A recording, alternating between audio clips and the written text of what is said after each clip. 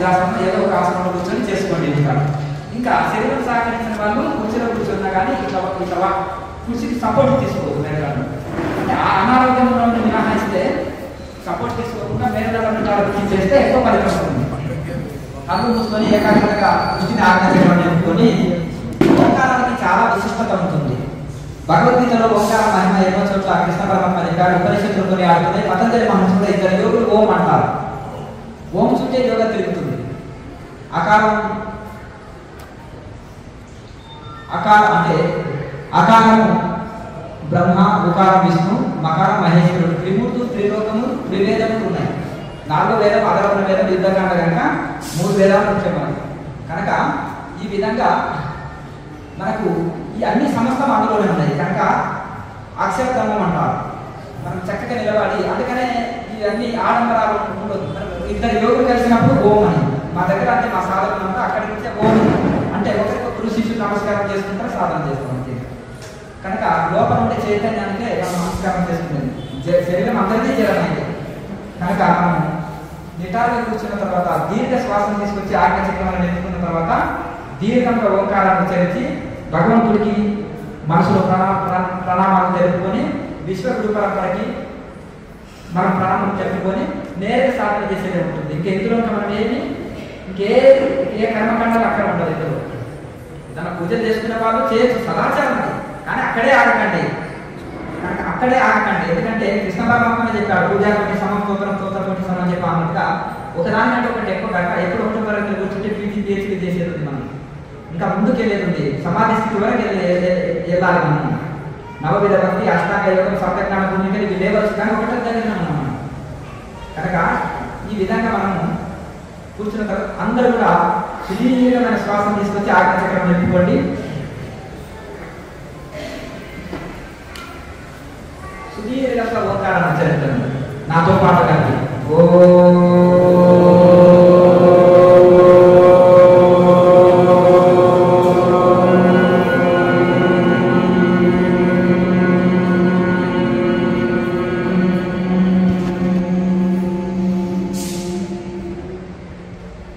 ఇలా 4-5 సార్లు ఓంకారం చెప్పినా మనసు ఎంతో ప్రసన్నత చెందుతుంది ఏకాగ్రతతో చెప్తే. ఇక విష్ణుగురు పరంపరకి మనసులో ప్రారంభించి సర్వవ్యాపకమైన భగవంతుడికి మనసులో ప్రారంభించి విశ్వగురు పరంపరకి మనసులో ప్రారంభించి శరణాగతితో మనం సాధన చేయాలి. ఇది ముక్కు పట్టి చేసే ప్రాణాయామం కాదు, 2 ముక్కు రంధ్రాలతో చేసే సహజ ప్రాణాయామం.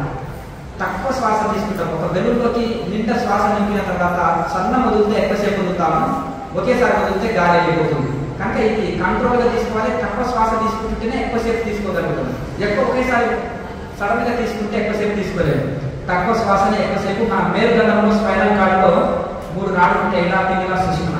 ఈ 3 నాడులే త్రివేది సంగమం. ఇక్కడ ఆత్మజ్యోతి జ్యోతిర్లింగం ఇక్కడ ఉంటుంది ఆజ్ఞాచక్రంలో. ఈ 3 నాడులు అంటే 3 నదులు వచ్చి ఆజ్ఞాచక్రంలో కలుస్తాయి.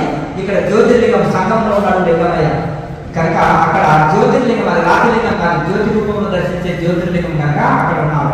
అదే మన ఆత్మజ్యోతి ప్రకాశం. అక్కడ కూటస్థ చైతన్యము. అక్కడ మనం దృష్టి పెట్టి సాధన చేయాలి. ఈ 2 ముక్కు రంధ్రాల నుంచి తక్కువ శ్వాసను ఎక్కువసేపు అది సుష్మ నాడితో తీసుకున్నట్టుగా ఉండాలి. అది కొంతకాలం, ఎందుకంటే ముక్కు నుంచి తీసుకొని ముక్కు గంటనే వదులుతాం, కానీ కొన్ని రోజులకు అది సుష్మ నాడిలోకి ప్రవేశించి సుష్మ నాడి మనకు అనుభూతి చెందుతాము. కనుక మనం సుష్మ నాడి తీసుకున్నట్టు భావనాయుక్తంగా తీసుకొని ఆజ్ఞాచక్రంలో నిలుపుకోవడం, శక్తి కొలది దైవంలో పూర్తిగా లీనమైపోయి శరణాగతితో ఉండాలి. ఇక్కడ మనకు నచ్చిన మంత్రాన్ని అక్కడ జపం చేసుకోవచ్చు. మనకి ఇష్టదైవ మంత్రాన్ని 1 సారి 2 సార్లు 3 సార్లు శక్తి కొద్ది జపం చేసుకోవచ్చు. మళ్ళీ ఆజ్ఞాచక్రం నుంచి స్లోగా శ్వాస తీసుకొచ్చి మూలాధారంలో వెళ్ళవచ్చు. కొంతమంది జపం చేయకున్నా కానీ జపం చేసినా చేయకున్నా దైవ భావన అనేది చాలా ముఖ్యం. ఇక్కడ భగవంతుడు భావప్రియుడు, మీ భావాన్ని గ్రహిస్తాడు. ఏ మంత్రం జపం చేశారని కాదు, మనసు పెట్టి భావన ఆయన మీద తదేగా నిష్ట పెట్టి శరణాగతిలో ఉంటే సరిపోతుంది. కనుక మనం 2 ముక్కు రంధ్రాలు ఉంటే ఆ స్లోగా కంట ద్వారా లైట్గా శబ్దం చేస్తూ మూలాధారం నుంచి పైకి లాగినట్టుగా స్లోగా తీసుకొచ్చి ఆజ్ఞాచక్రం పెట్టుకోండి.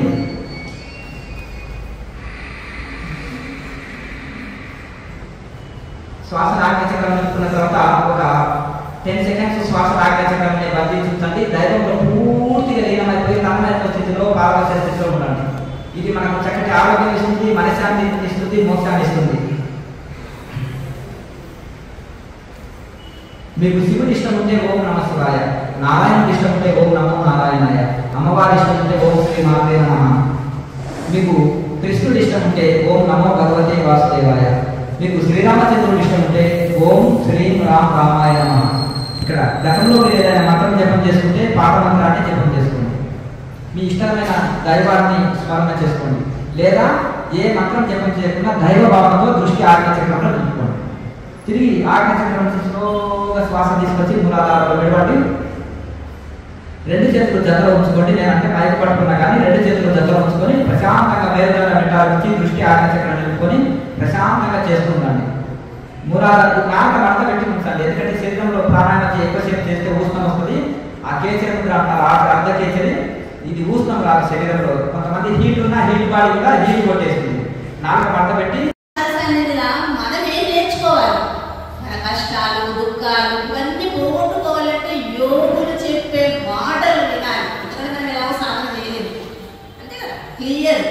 పూజకి వెళ్తాము, భజనలకు వెళ్తాము, కుంకుమార్చనలు చేస్తాము, ఏమేమో చేస్తాము. వాటి వల్ల వస్తుంది మనకు లాభం. కనుక యోగుల దర్శనంతోనే మన దుఃఖ నివారణ. అలాంటి యోగుల మాటలు వింటే మనం ఎంత స్థితి, ఎన్ని కోట్ల పుణ్యం ఉంటే యోగులు అనిపిస్తారు.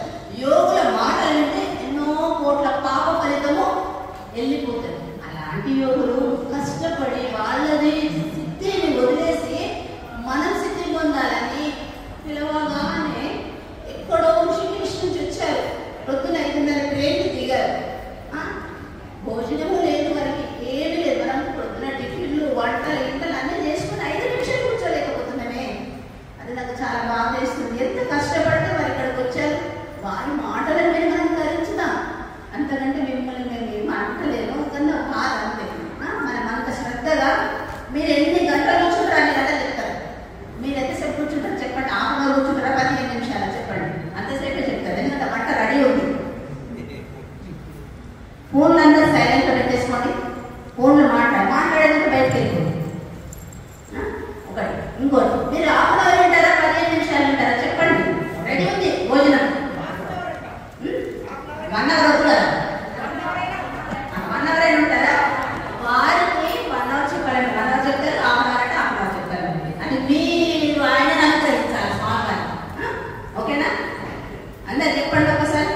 శ్రీ బాలయోగీశ్వరుల భగవానికి, శ్రీ బాలయోగీశ్వరుల భగవానికి, జ్ఞానానందగిరి స్వామికి, జ్ఞానానందగిరి స్వామికి. ఇంకా ఎవరు మాట్లాడారు?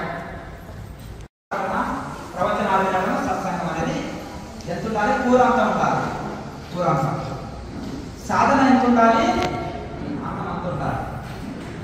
అంతేనా? అంటే మరి తీరి కూడా ఉండాలి. తీరి లేకపోతే మనకు అన్నీ తెలియదు. గూగుల్ మ్యాప్ ఉంటేనే దారి తెలుస్తుంది. శాస్త్రం అనేది ఏంటంటే మనకు దారి చూపే వరకు ఉపయోగపడుతుంది. గాలికి, అగ్నికి గాలి తోడైతే బాగా పడుతుంది. మనకి శాస్త్రం కానీ సత్సంగం కానీ తోడైతే మన నిత్య జీవితంలో మన సాధనకు బాగా అభివృద్ధి ఉంటుంది. కనుక మనకు సాధన అనేది ఈ కాలంలో చాలా ముఖ్యం. థియరీ ప్రాక్టికల్ ఉంటుంది సైన్స్. అలాగే ఒక డాక్టర్ చదువుతున్నాడు, ఒక ఇంజనీర్కి థియరీ ప్రాక్టికల్ రెండు ఉంటాయి. ఈ ఆధ్యాత్మిక మార్గంలో కూడా థియరీ ప్రాక్టికల్ ఉంది.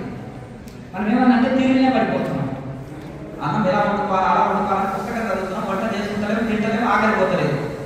మరి ఆకలిపోతే ఎన్ని ప్రవచనాలు వింటున్నాం, ఎన్ని పూజలు చేస్తున్నాం, ఎంత భక్తి చేస్తున్నాం, ఆరోగ్యం చక్కబడడం లేదు, మనశ్శాంతి లేదు. ఏదైనా సమస్య వస్తే తట్టుకోలేకపోతున్నాం. భగవద్గీత 30 ఏళ్ళ నుంచి చదువుతున్నాం, దొడగొడ చదివేస్తున్నాం, రివర్సల్ కూడా చదవగలుగుతాం. అవునా? భగవద్గీతలో చెప్పేది నిత్య జీవితంలో మనకు ఉపయోగపడాలి. మన ఏదైనా సమస్య వచ్చిందనుకో భగవద్గీతలో పరిష్కారం దొరకాలి.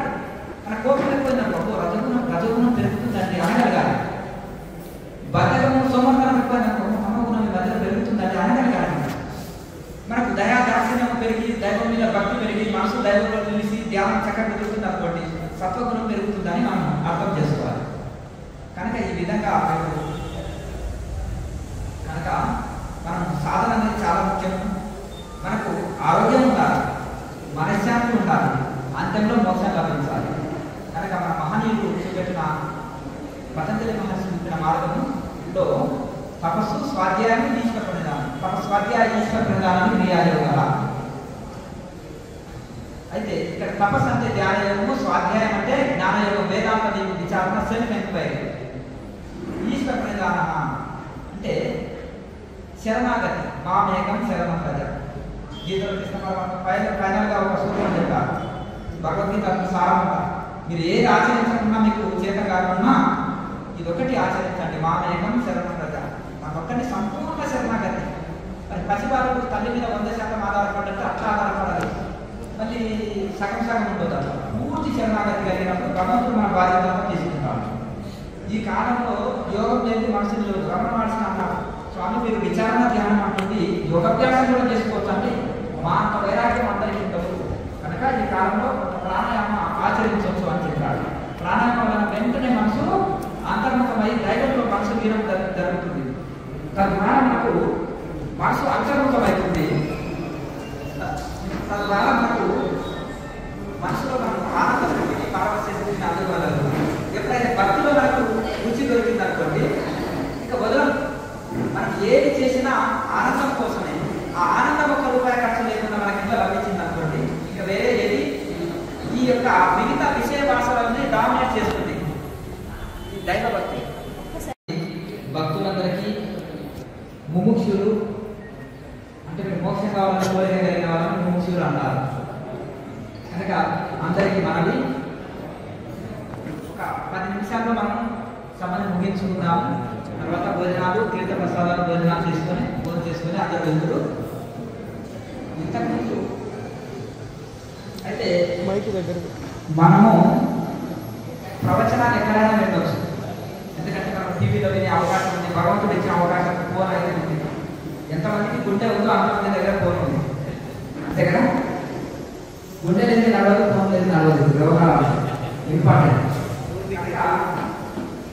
మనం ప్రవచనాలు పుస్తకం ఇంటికాడ భగవద్గీత చదువుకోవచ్చు. మహానుభావులు ఎందరో మన ప్రవచన క్లాసులు పండితులు వాళ్ళందరూ ప్రవచనాలు మనం యూట్యూబ్లో వినొచ్చు, టీవీలో వినొచ్చు, రకరకాల ఆడియోస్ వారి యొక్క ప్రవచనాలు మనం వినవచ్చు. అవకాశం ఉంది. నిత్య జీవితంలో ప్రతి మహానుభావులు మంచి చెప్పిన మహానుభావులు అందరూ మాటలు విని మీ నిత్య జీవితంలో అందరూ కూడా తుమ్మిద అన్ని పూలకెళ్ళి మకరందం తీసుకున్నట్టుగా దత్తాత్రేయ వారు కూడా ప్రతి దగ్గర నేర్చుకున్నాను, 20 మంది మహానుభావుల దగ్గర నేర్చుకున్నాను చెప్పినట్టుగా మంచి బాగా చెప్పినా మంచి వినండి, అసత్యం బ్రహ్మదేవుడు చెప్పినా వినకండి శాస్త్రం.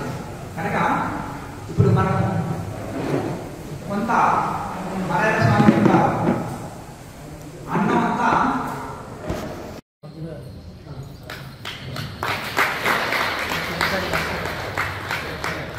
మేరుదండం ఉంటేనే శరీరం నడుస్తుంది, కార్యకర్తలు చక్కగా పని చేస్తేనే ఆశ్రమం చక్కగా పనిచేస్తుంది.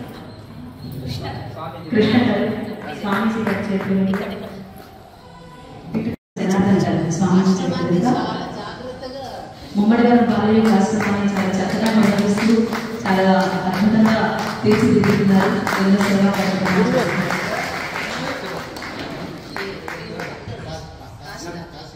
కాశీనాథ్ గారు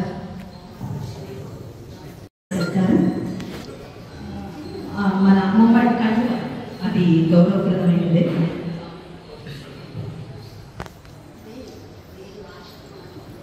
ముమ్మడివారం బాలయోగి ఆశ్రమానికి ఎన్నో సేవలు చేస్తున్నారు. అడిగిన తరువాత మాకు ఈ వేదికని ఈ ప్రదేశాన్ని మాకు అనుభవిస్తుంటారు. సంస్కృతాంధ్ర వేదాంతులు ఆశ్రమానికి చాలా సర్వీసులు అందించారు.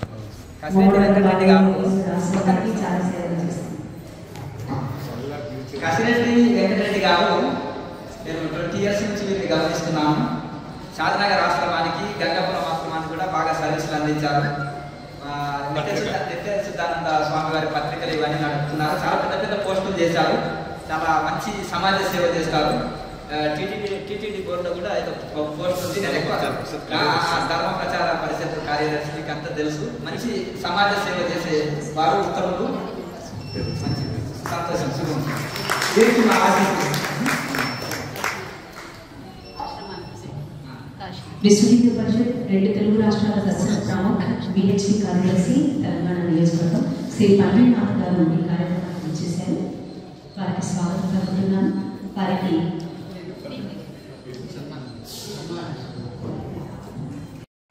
అలాగే బెంగళూరు నుండి శ్రీదేవి గారు కూడా వారి యొక్క భక్తులు, వారు కూడా ఇక్కడికి వచ్చేసారు. వారికి కూడా స్వాగతం పలుకుతున్నాము. ఇప్పుడు శ్రీ స్వరూప్జీ మహారాజ్ గారిని అనుగ్రహ భాషణ చేయవలసిందిగా సమయంగా మనం చేస్తున్నాం.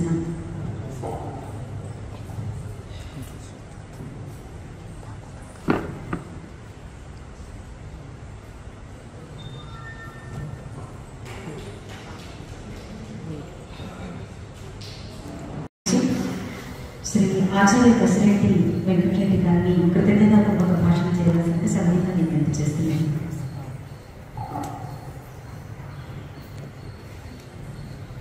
పరమ గురువుల పాద ప్రణామాలతో నేను కేవలం శివానంద ఆశ్రమంలో నేను కార్యకర్తను కాబట్టి మిమ్మల్ని ఆహ్వానించడం మాత్రమే చేస్తాను.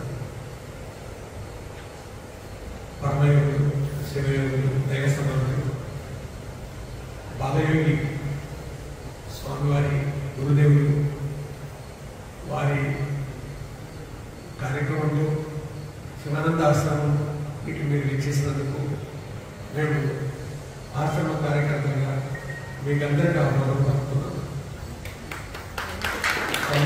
జ్ఞానానంద స్వామి వారు, శ్రీ స్వరూప స్వామి వారు ఇచ్చినటువంటి అపూర్వమైనటువంటి సందేశం మన హృదయాల్లో ఉంది, మన మనసులో ఉంది.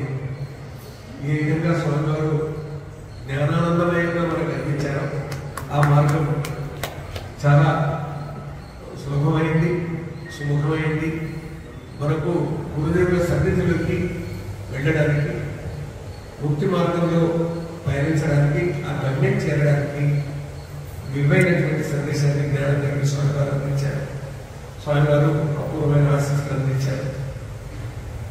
గురువు శిక్ష లేక గురుతెట్లు కలుగురా, అజునికైనా వారి అమ్మకైనా తాళపు చెవిలేక తలపెట్టులుగా విశ్వనాథరావు నిర్మలమని వేమన గారు గురువు యొక్క గొప్పతనాన్ని చెప్పారు. గురువు శిక్ష లేక గురుతెట్లు కలుగురా. గురువు గారి యొక్క బోధ లేక, శిక్షణ లేకుండా గుర్తుకు తెలియదు. గుర్తు అంటే జ్ఞానం. ఏదైనా ఒక విషయం తెలియడానికి దాని గుర్తు ఏంటో తెలియాలి. కాబట్టి అలాంటి గురువుల సన్నిధిలోకి చేరాలి. ఎంత సులభమైన ఉదాహరణ అంటే తాళపు చెవి లేక తను పెట్టుకోడు. తలుపు ఉంది, తలుపుకు తాళం ఉంది, తాళం చెవి ఉంటేనే కానీ తలుపు తీయగలుగుతాం.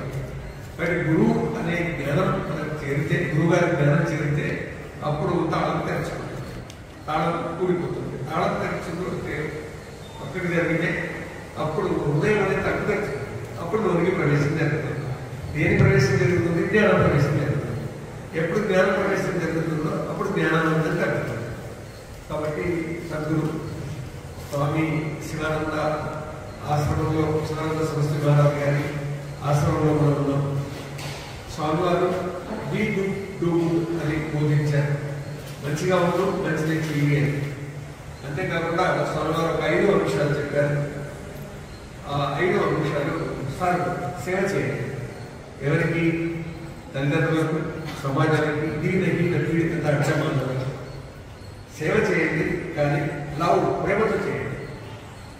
సార్ అంటే లవ్ స్వామి చెప్పినటువంటి 5 అంశాలలో సేవ, ప్రేమ, ఆ తర్వాత ప్యూరిఫై అంటే మీ మనస్సు, మన మనస్సు, హృదయం ప్యూరిఫై, శుభ్రం కావాలి, వినిర్మలం కావాలి. అభ్యుద్ధాన్ని శుద్ధి వింటారు. అంటే ఈ శరీరము నీళ్లకు శుద్ధి అవుతుంది, కానీ మనస్సు దేనితో శుద్ధి అవుతుంది? జ్ఞానంతో. కానీ ప్యూరిఫై అంటే ఆ జ్ఞానంతో శుద్ధి కావాలి. ప్యూరిఫై తర్వాత మెడిటేట్, ధ్యానం చేయాలి. స్వామి గారు ముందుగా అదే చెప్పడం విన్నది, ధ్యానం. ధ్యానం వల్ల ఒక శక్తి వస్తుంది, ఆ సంకల్ప శక్తి. దాని తర్వాత స్వామి గివ్ అంటే మీ దగ్గర ఉన్నటువంటిది శక్తి ఎవరికైనా కానీ కాపాడడానికి గివ్. ధనం ఎవరినైనా వాళ్లకు నిలబడడానికి ఆధారంగా ధనం. కాదు జ్ఞానం గివ్, జ్ఞానమై. జ్ఞానం ఇస్తావా, ధనం ఇస్తావా, శక్తిని ఇస్తావా, ఏది ఇస్తావో ఇవ్వు. దాంతో అవగాహన నిలబడదు మీ దగ్గర ఉన్నటువంటిది. స్వామి యొక్క వరుసగా చెప్పినటువంటి దాంట్లో ఆ విధంగా మనకు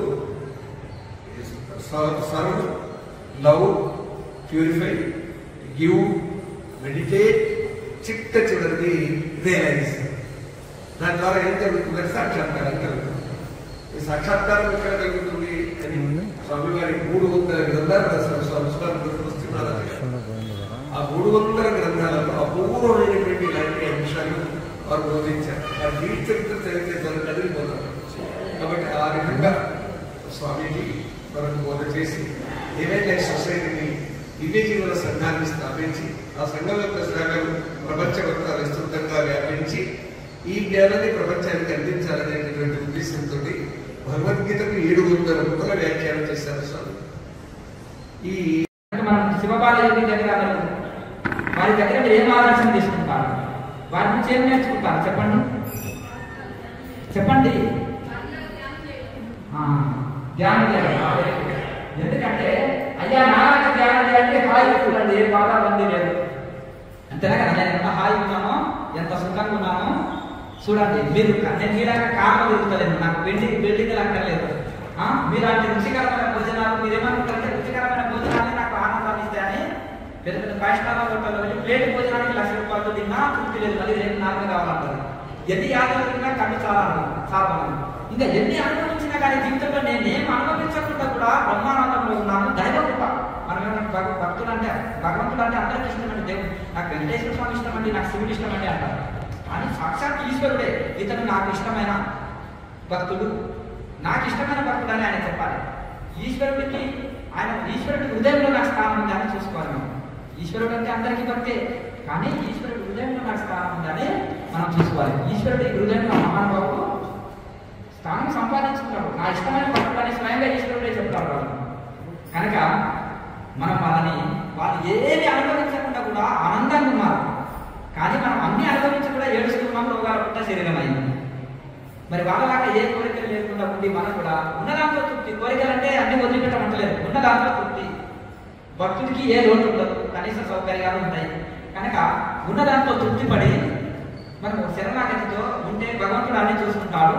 మరి వారిలాగా మనం కూడా ధ్యాన యోగం చేసి ఏ కోరికలు లేకుండా ఉంటే వారిలాగా ఆనందంగా ఉంటాం.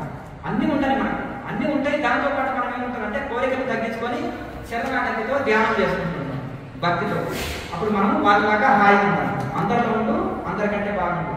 అంటే అందరిలో ఉండి అందరికంటే బాగుంటే ఎట్లుంటే మనం ఏ కోరికలు లేకుండా ఉంటే అందరిలో ఉండి కూడా ధ్యాన యోగం చేస్తాం అనుకోండి. ధ్యాన యోగం చేస్తే అందరిలో ఉండి కూడా అందరికంటే బాగుంటుంది.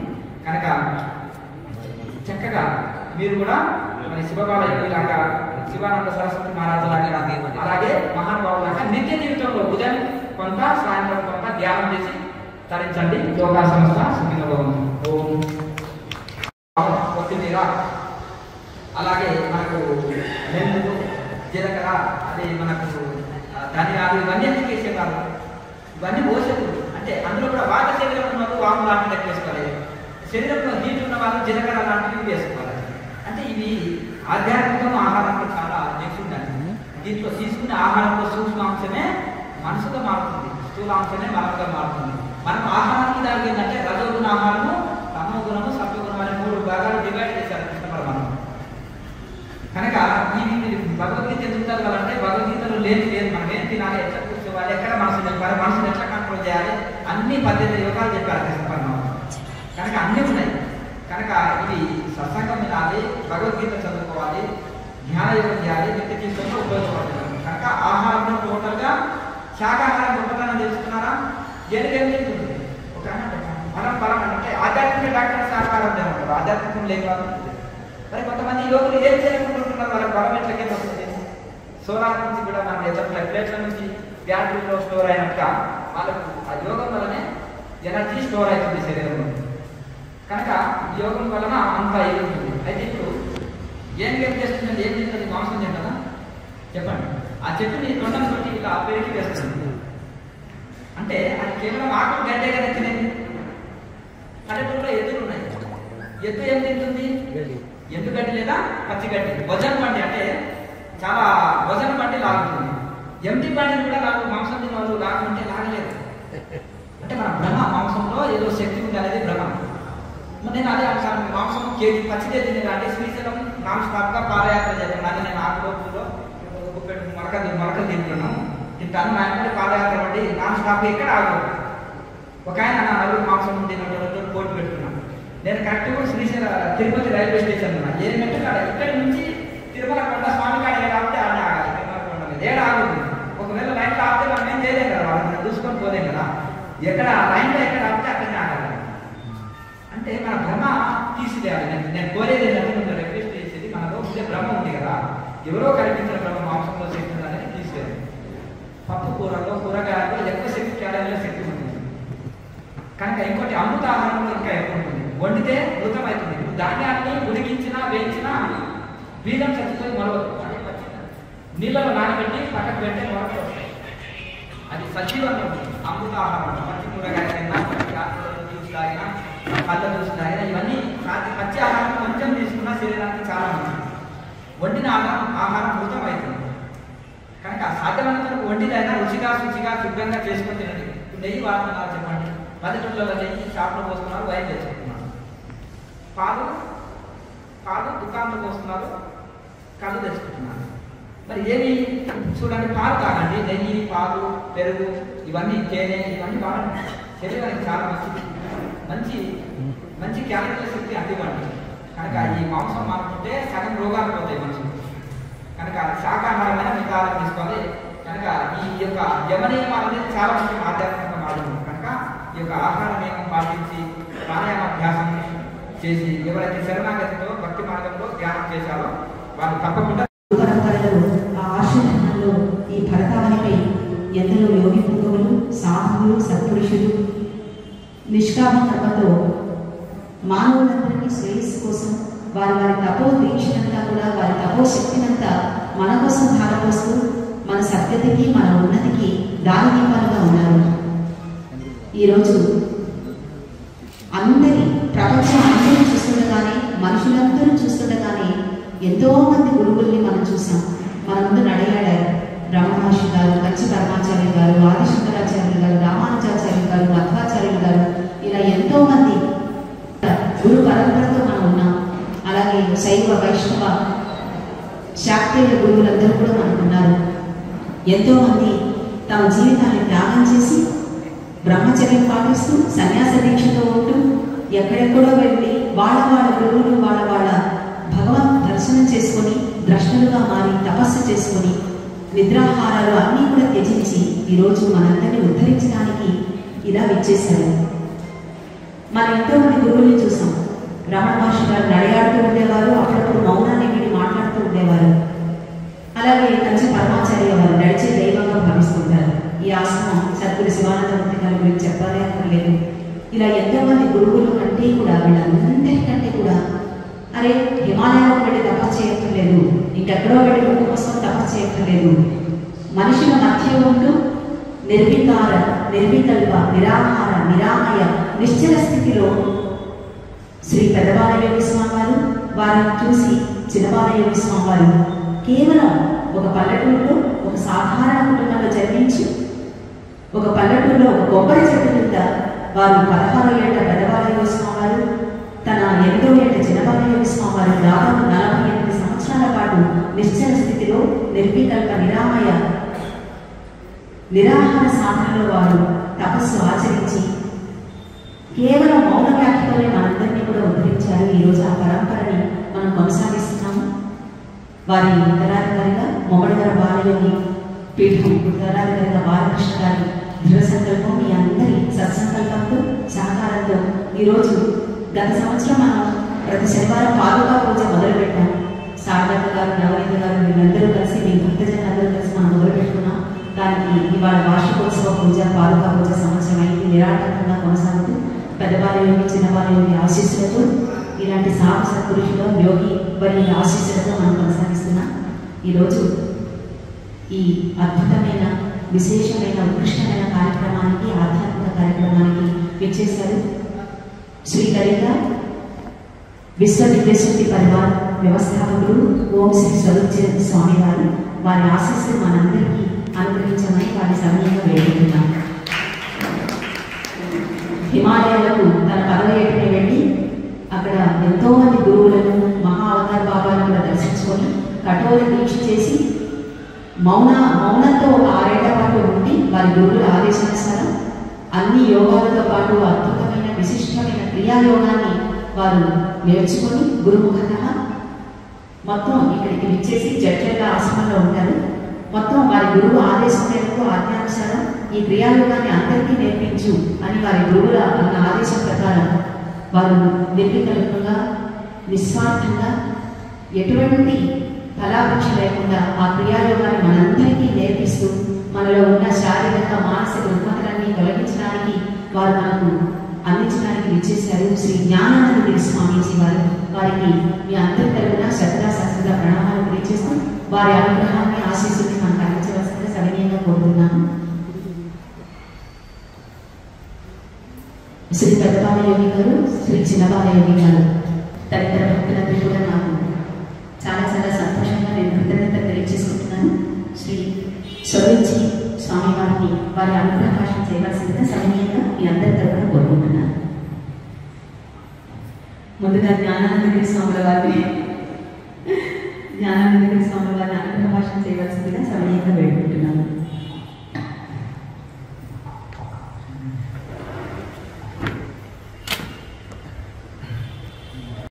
సాధువులు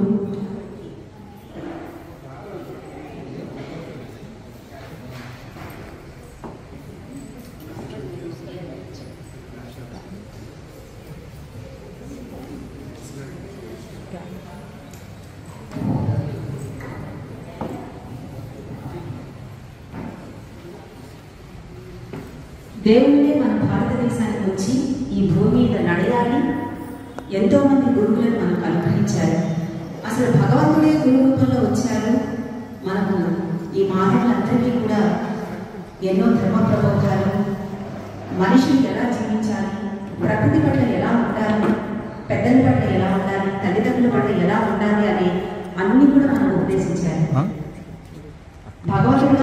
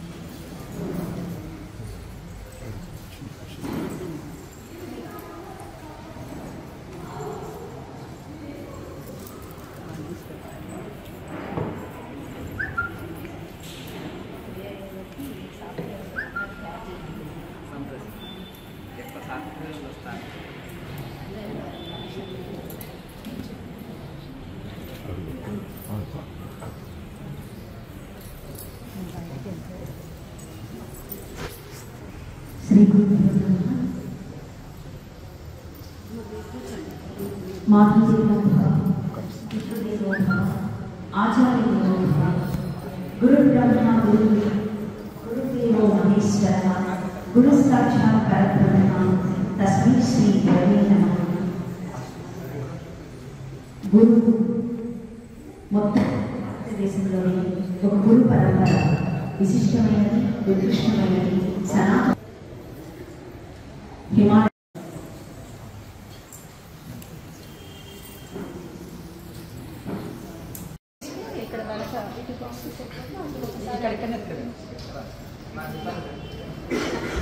క్లాస్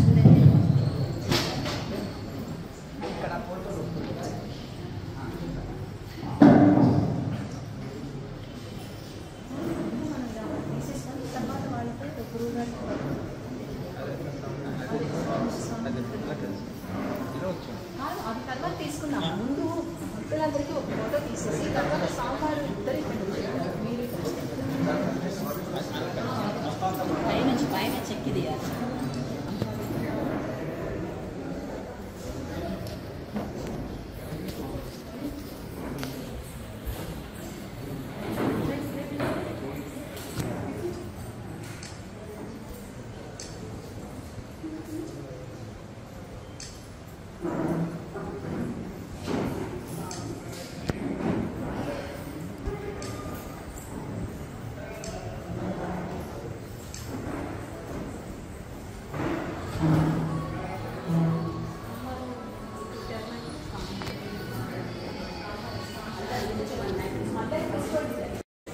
కనుక అది ఆ మహానుభావుడు అనుభవంతో చెప్పినవి కనుక అటువంటి సూక్తులు మహానుభావులు చెప్పినవి ఏం చేయాలంటే రోజు ఒకసారి చదువుతూ ఉండాలి, వింటూ ఉండాలి. లేదంటే దాన్ని ఒక ఎవరైనా చదివింది ఆడియో చేసుకొని రోజు వింటే సరిపోతుంది. కనుక అది అంత కొన్ని మనం పట్టుకున్నా కానీ మన నిత్య జీవితంలో మనం అనుభవంతో చెప్పిన మాటలు కనుక మనకు నిత్య జీవితంలో మనం బాగుపడతాం. అయితే ఈ కాలంలో అరణ్యాలకు వెళ్ళనక్కర్లేదు. మొదటి మాటనే ధ్యానం చేసుకోవాలంటే, దైవ దర్శనం పొందాలంటే, మోసం పొందాలంటే అడవిలోకి వెళ్ళనక్కర్లేదు. మనం గృహస్థాశ్రమంలో ఉన్నాం, కొన్ని బాధ్యతలు ఉంటాయి. అడవికి వెళ్తే బాధ్యతలు నెరవేర్చలేదు. అందులో అడవికి వెళ్తే మన దగ్గర ఉండే మన భోజన పదార్థాలు, ఫోన్ ఉంటే, డబ్బులు ఉంటే, ఇంకేదైనా మన దగ్గర ఏదో ఒకటి భోజన పదార్థాలు పెట్టుకున్నా, అలాగే జంతువులు ఉంటాయి, దోమలు ఉంటాయి, నీళ్లు ఉండవు, అడవి పర్మిషన్స్ ఉండవు, చాలా ఇబ్బందికరంగా ఉంటుంది. మనకి ఇంట్లో అన్ని సౌకర్యాలు ఉంటేనే సాధన చేయలేకపోతారు కొంతమంది. కనుక ఎవరి ఇంట్లో వాళ్ళకు నిర్భయ స్థితిలో ఉంటాం, అంటే నిర్భయంగా ఉంటాం, భయం అనేది ఉండదు. ఏదో పచ్చడైనా ఇంట్లో అన్నమైన ఒక పూట భోజనం ఉంటుంది.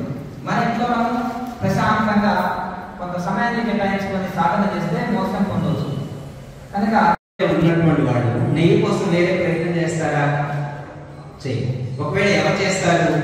వివరం లేనప్పుడు, నాలెడ్జ్ లెస్గా ఉన్నప్పుడు వెన్న చేతిలో ఉంటే నెయ్యి కోసం ట్రై చేయదు. ఇక్కడ పద్యన ఏం చెప్తున్నారు? వెన్న చేతబడి వివరము తెలియక, అంటే వెన్న నెయ్యి అవుతుంది అనేటువంటి నాలెడ్జ్ లేక గురుతము కోరినట్టు ఉంచుకొని ప్రశాంతంగా దైవానికి శరణాగతితో చేస్తూ ఉంటాడు. ఇప్పుడు శ్వాసని నెమ్మదిగా తీసుకొచ్చి మూలాధారంలో విడవండి. ఆజ్ఞ చక్రం నుంచి సుష్మనాడుకుంటా స్లోగా తీసుకొచ్చి మూలాధారంలో విడవండి.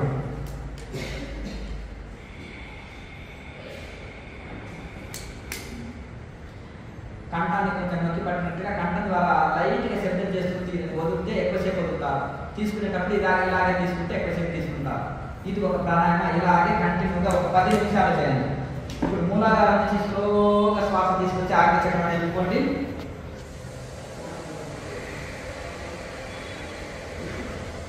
శ్వాసని ఆజ్ఞ చక్రంలో స్థిరంగా ఒక 10 సెకండ్స్ బంధించుకుంటాను. దృష్టిని ఆజ్ఞ చక్రంలో నిలుపుకోండి. శ్వాసను ఆజ్ఞ చక్రంలో బంధించుకుంటండి. ధైర్యంలో పూర్తిగా లీనమైపోయి తన్మయ స్థితిలో ఉండండి. కొన్ని రోజులకు మీరు 20 సెకండ్లు, 30 సెకండ్లు, నిమిషం సేపు కూడా శ్వాసని బంధించే శక్తిని పొందుతారు. తిరిగి ఆజ్ఞ చక్రం నుంచి కంఠం ద్వారా శబ్దం చేస్తూ తక్కువ శ్వాసను ఎక్కువసేపు స్లోగా తీసుకొచ్చి మూలాధారంలో విడవండి.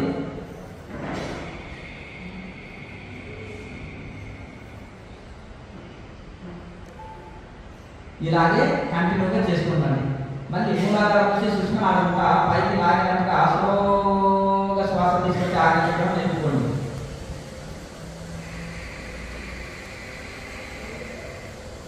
టెన్ సెకండ్స్ శ్వాసను ఆజ్ఞ చక్రాన్ని బంధించి ఉంచండి. బాగా ప్రాణాయామం చేయగా ఒక నిమిషం 30 సెకండ్స్ కూడా స్లోగా తీసుకోగలుగుతాం. 30 సెకండ్స్ విడవగలుగుతాం. ఇప్పుడు 10 సెకండ్స్ తీసుకోగలిగితే చాలు. 10 సెకండ్స్ బంధించండి. 10 సెకండ్స్ విడవగలిగితే చాలు. మీ దృష్టిని ఆజ్ఞాచక్రంలో నిలుపుకోండి. శ్వాసను ఆజ్ఞాచక్రంలో బంధించి దైవంలో పూర్తిగా లీనమైపోయి శరణాగతితో తనమైన స్థితిలో పారవశ్య స్థితిలో ఉండండి. తిరిగి ఆజ్ఞాచక్రం నుంచి కంఠం ద్వారా శబ్దం చేస్తూ సుష్మానాళి మీద తక్కువ శ్వాసను ఎక్కువసేపు స్లోగా శ్వాస తీసుకొచ్చి మూలాధారంలో ఉండండి.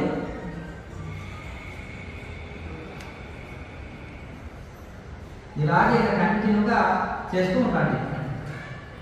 మూలాధారం నుంచి సుష్మానాళి మీద పైకి లాగినట్టుగా స్లోగా శ్వాస తీసుకొచ్చి ఆజ్ఞాచక్రం నిలుపుకోండి.